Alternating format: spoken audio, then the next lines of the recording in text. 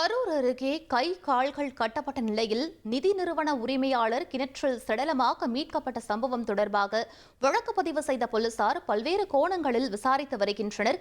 இது பற்றிய மேலும் விவரங்களை எமது செய்தியாளர் மணிகண்டன் வழங்க கேட்கலாம். வணக்கம் மணிகண்டன், இந்த வழக்கின் பின்னணி என்ன? முழு விவரங்களை பதிவு பண்ணுங்க.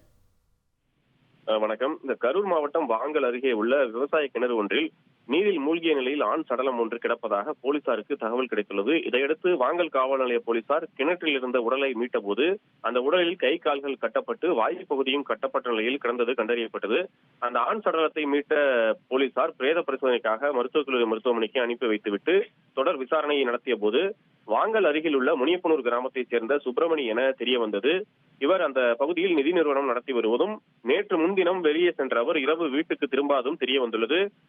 இந்த கொலை காரணமாக தொழில் போட்டி காரணமாக அவர் கொலை செய்யப்பட்டாரா, கொடுக்கல் வாங்கல் தகராறில் ஏதும் கொலை செய்யப்பட்டாரா அல்லது வேறு ஏதாவது காரணமா என பல்வேறு கோணங்களில் வாங்கல் காவல் நிலைய போலீசார் தீவிர விசாரணை நடத்தி வருகின்றனர்.